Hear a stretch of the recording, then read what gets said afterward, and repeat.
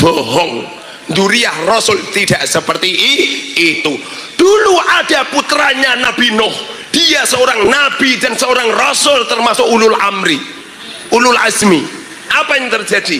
Kan'an dirungkatkan oleh Allah, Kan'an dikatakan oleh Allah laisa minkal, mereka tidak termasuk keluargamu. Laisa min ahlik, wahai Nabi Nuh, mereka tidak termasuk keluargamu. Innahu ghairu amalin solihin, mereka Kan'an tidak termasuk orang. Ini tetap batal. Tapi kalau menurut Pak Ketum, wong goblok ora usah takon dalil. Nek rungkat justru rungkat. Kan gitu. Iya, enggak usah pakai dalil, rungkat.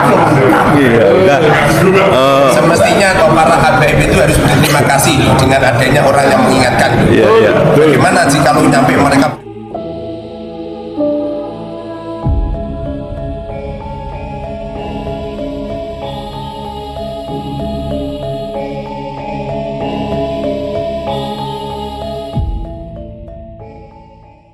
dari ya Bun, Desa Babakan Losari Lor.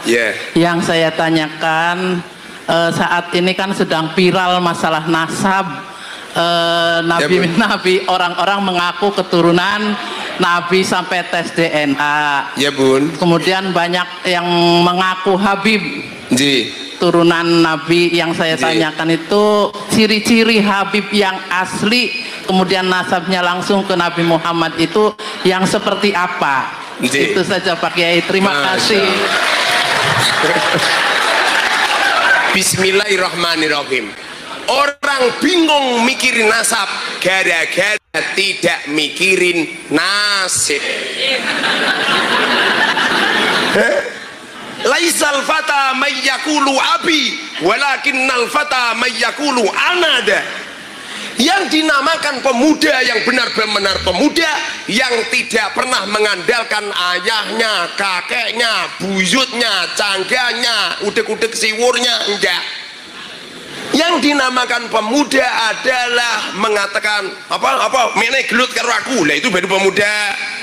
Pemuda tak kandeke pak aku masa gitu, bapakku dokter takon nyuntik bokongmu, kan? Masa gitu? Jadi orang itu terlalu bingung masalah nasab gara-gara tidak pernah memikirkan nasibnya diri sendiri. Pada akhirnya bingung, pada akhirnya kacau balau. Sesungguhnya dzurriyyah Rasul, semua dzurriyyah Rasul yang pernah disabdakan oleh Rasulullah, beliau mengatakan, seumpama Fatimah mencuri, kupotong tangannya. Itu bukti bahwasanya semua dzurriyyah Rasul tidak ada yang mencuri, tidak ada yang korupsi, tidak ada yang dawir, tidak ada yang minta uang dari pintu satu ke pintu yang lain. Kalau ada dzurriyyah Rasul minta dari pintu satu ke pintu yang lain, positif palsu. Jangan diberi palsu Pak Dokter, palsu. Nggak mungkin. Darah Rasulullah itu jiwanya wabil mu'minina raufur rahim, jiwanya berbagi, jiwanya memikirkan, mensubsidi, memikirkan kesejahteraan umat, bukan malah nodongi umat. Tidak menjual imamah yang besar sak gentong-gentong, bukan memamerkan serban yang besar, jubah yang pada akhirnya hanya untuk menipu umat, untuk mencari uang yang sedikit. Bohong. Dzurriyyah Rasul tidak seperti itu. Dulu ada putranya Nabi Nuh, dia seorang nabi dan seorang rasul termasuk ulul amri, ulul azmi. Apa yang terjadi? Kan'an dirungkatkan oleh Allah, Kan'an dikatakan oleh Allah laisa minkal, mereka tidak termasuk keluargamu. Laisa min ahlik, wahai Nabi Nuh, mereka tidak termasuk keluargamu. Innahu ghairu amalin solihin, mereka Kan'an tidak termasuk orang yang baik. Artinya apabila ada dzurriyyah Rasul kemudian akhlaknya bejat, omongane kotor, kalau madak-madak kayak ngawur, akhlaknya jelek, peranginya jelek, tidak punya kasih sayang kepada umat, positif, itu namanya palsu. Paham? Cara untuk meneliti seperti itu bun, sampai nggak usah ketipu dengan imamah. Mahabharata lah imamahan, ya enggak? Pernah nonton Mahabharata? Abu Jahal, Abu Lahab juga imamahan, Fir'aun juga imamahan. Kalau masalah serban, itu loh abang tukang jual bakso ini serbanan. Kamu itu. Kalau masalah jubahan, mama itu kalau masak Pak Dokter, alah jubahan kabeh. Jubah apa dasar? Lah yo, kalau masalah tongkatan, malampir nini pelet tongkatan semua kan. Kalau masalah tasbih, lah itu konghucu itu ya, semuanya pakai tasbih. Bahkan di rumah saya ada tasbih besar untuk hiasan rumah. Makanya jangan ketipu. Akhir zaman semakin dekat dengan yaumil kiamat, bermunculan duriah-duriah palsu. Rasulullah mengatakan, mereka itu tidak keluargaku, mereka itu tidak keluargaku, mereka itu hanya untuk menipu umat, untuk mencari uang yang sedikit dengan memperbaiki casing-casing dohir untuk mencari uang yang sedikit.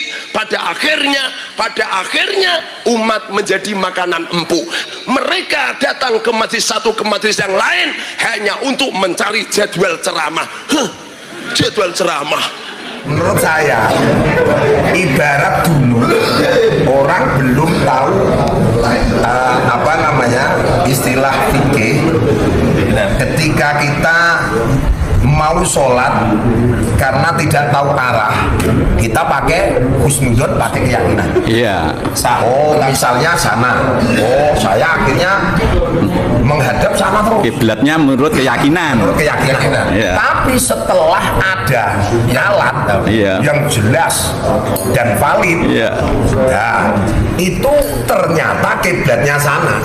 Iya. Kita secara apa namanya fikih harus mengikuti itu. Iya. Donnya gugur jadi ya. Nganggur. Maka don itu kan setelah ada ujian kan batal. Maka orang sekarang muhibin yang masih meyakini bahwa habaib itu putu Nabi, duriah Nabi, itu ibarat orang yang bertempat tinggal di pinggir masjid, akan tetapi sholatnya masih menghadap ke timur.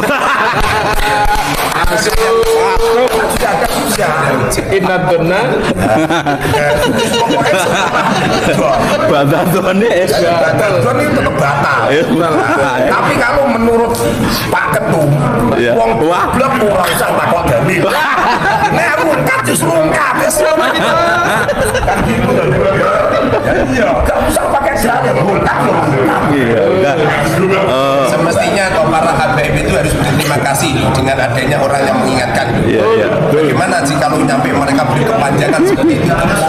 Maka ketika kebanyakan kan masih memakai apa namanya Imam An-Nabhani. Sekarang mana kitab apa namanya Imam An-Nabhani, Ibnu Hajar Al-Haytami yang khusus penelitian nasab kan nggak ada.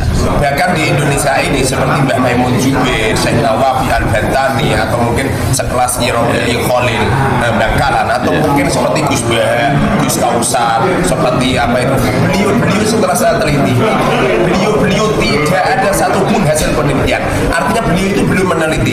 Seumpamanya beliau meneliti, wallahi demi Allah, beliau akan mengikuti jejak-jejak seperti kami. Amin. Closing terakhir nanti giliran. Kalau dituruti asik masalahnya. Muhibin ya. Kami kan mantan muhibin. Siapa kita? Ketika Anda masih meyakini bahwa para habaib itu duriah Nabi, berarti sampean itu ibaratnya di pinggir masjid tapi masih husnudon sholatnya madep ngidul. Kan gitu ya. Hukumnya haram. Siapa kita? Mantan muhibin. Mau closing Kiai Muharrar. Ya, jadi apa itu kalau kita ini sudah ada sebagian ulama yang beristihad dan istihad beliau pun bisa dipercaya, kenyataannya sampai sekarang belum ada satu ulama pun atau satu habaib pun yang mampu menandingi teknis yang dilakukan oleh Kiai Himmat atau mungkin beberapa pendapat kiai. Maka muhibbin yang ada atau ulama-ulama yang ada itu hukumnya haram untuk usulkan karena sudah ada dalil, ada hujah haram. Dan untuk kita semua kiai-kiai yang paham tentang permasalahan ini, hukumnya wajib menyampaikan masalah ini ke umat. Karena apa itu tentang silsilah ini bukan seperti meneliti silsilahnya Mbak Bendo. Kalau meneliti silsilahnya Mbak Bendo nggak perlu diteliti, paling Mbak Bendo bin Slamet bin Bejo bin Karmen bin Soeharto kan itu kan Mbak Bendo. Nggak perlu diteliti. Ini ada nasab yang disandarkan ke Rasulullah. Karena al-ihtimam bima yata'allaqu bi Rasulullah. Iya. Sehingga kalau kita ini kemudian apa itu ngapain muting-muting nasabnya orang. Kalau muting-muting nasabnya panjenengan enggak masalah. Ini ada syariat yang ada hubungannya dengan dawuh Rasul. Dita'alluqke ke itu. Ada dua perkara yang ditinggalkan untuk umat ini. Al-Qur'an dan apa itu Ahlul Bait itu. Al-Qur'an dan apa itu? Fitrah. Sehingga begini Kiai. Tadi kan belum dijawab. Untuk menyikapi masalah pemalsuan makam, menurut Anda gimana? Kalau itu memang benar-benar palsu ya, maka kita semua warga Indonesia wajib punya izalatul munkarat. Man ra'a minkum munkaran falyughayyir biyadihi. Jadi yang punya kekuasaan itu munkarat itu. apa itu man ra'a minkum munkaran. Man ra'a minkum munkaran falyughayyir biyadihi. Kalau kita punya kekuatan ya harus dengan kekuatan kita. Dan para ulama apabila tidak punya kekuasaan ya dengan lisan kita. Tapi rata-rata milih bikolbi. Jadi kita semua tidak boleh sebab nanti kalau dia beli itu maka di Indonesia ini tidak cuman makam apa itu pahlawan-pahlawan kita nih, akan ada makam Rasulullah SAW.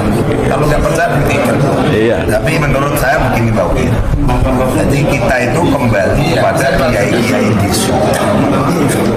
Kiai-kiai biso khususnya kiai-kiai NU. Itulah kita bisa sholat, bisa ngaji. Ya, saya dulu itu berjanji itu kan sorokan mulai abtadibul Simlak. Nah, sekarang setelah saya itu besar, ini saya tidak malah mengamalkan amalan dari orang lain yang tidak jelas. Itu sebetulnya secara ruhaninya kan ada. Maka agar supaya kita itu semua lepas dari Ba'alawi, semua amalan dari Ba'alawi tinggal karena gendamnya lewat situ. Malah kiai sehebat apapun kalau masih mengamalkan amalan-amalan dari Ba'alawi sulit untuk bisa lepas. Sulit itu contohnya itu. Contohnya kalau kita mau berpikir ya tentang Rotibul Hadad ya, saya itu meneliti Rotibul Hadad. Setelah saya teliti jebul-jebul 88 Rotibul Hadad itu wiridan Kanjeng Nabi. Betul. Kenapa diklaim Rotibul Hadad? Seperti Rotibul Atos itu juga wiridan Kanjeng Nabi. Kenapa diklaim Rotibul Atos? Seakan-akan itu kerja tulis beliau. Padahal kalau masalah membuat apa itu wiridan siapa saja bisa menyusun. Jawa ini loh membuat karya tulis namanya tahlil. Ini kan wiridan Kanjeng Nabi. Tidak ada satupun ulama yang mau mengklaim pencipta tahlilan. Bahkan wiridan setelah sholat itu kan yang membuat kan ulama Indonesia kan tidak ada satupun yang mengklaim. Jadi kalau apa itu wiridan Kanjeng Nabi diklaim itu nggak benar itu. Jadi untuk teman-teman semua yang masih apa itu menggunakan Rotibul Hadad atau Rotibul Atos itu semestinya kata-kata Rotibul itu itu dihilangkan. Saya itu tidak wiridan, saya itu Rotibul Atos, Rotib Al-Hadad, Rotib Al-Idus, Rotib Asakron. Semua saya tinggal. Bahkan kalau kita ini mau teliti ya, membaca Simtuduror, kalau kita mau teliti ya, di Simtuduror ini ada pembelokan sejarah. Banyak. Ungkap Yai. Di antara satu saja, di Simtuduror itu Habib Ali Al-Habsyi mengatakan bahwa di waktu Rasulullah pembedaan dada itu tidak dibuang mahalus setan, tapi tadinya baik ditambahi kebaikannya. Ini toh bertentangan dengan apa yang disampaikan Rasulullah, bertentangan yang ada di Sahih Bukhari, Sahih Muslim, bahkan bertentangan di Al-Birjali dan lain sebagainya. Jadi ada penyelewengan semacam itu. Itu belum yang lain banyak, apa itu karya-karya tulis yang apabila kita teliti itu ada penyelewengan. Cuma kita ini masya Allah khusnudurnya itu. Mula wong NU itu baiknya balik ke berjanjian, kalau enggak dibak. Itu kalau dibak itu kalau kita mau arti-artinya itu lebih mengena. Lagi pula kan hadisnya kan jelas kalau di apa itu di Al-Hadisus Sani itu dibak itu menerangkan bagaimana kita orang umum itu meski bersifat seperti Kabil Akbar itu. Kalau kajian kiai itu mungkin orang-orang awam sendiri nggak mungkin bisa mengikuti dan ikut meneliti, nggak mungkin. Dan saya itu sama kiai-kiai khususnya itu alumni sarang itu rata-rata itu biasanya cara mendekati saya itu begini. Oke kiai, kalau memang sampai masih khusnudun mereka butuh Nabi monggo, karena kita itu sejak kecil diajarkan bermadhab. Berarti ketika orang bermadhab jadi siap bidan. Nah orang siap bidan nggak usah bermadhab, maka sampai masih meyakini monggo. Tapi untuk soal PR yang paling besar untuk bangsa dan negara, ulo nyuwun saran, pun sarannya ngatasi pembelokan sejarah bangsa, pembelokan sejarah pembelokan sejarah Jatman dan pemalsuan makam. Ini yang paling penting itu. Ketika sudah nyampe di situ, biasanya mereka diem, nggak bisa jawab.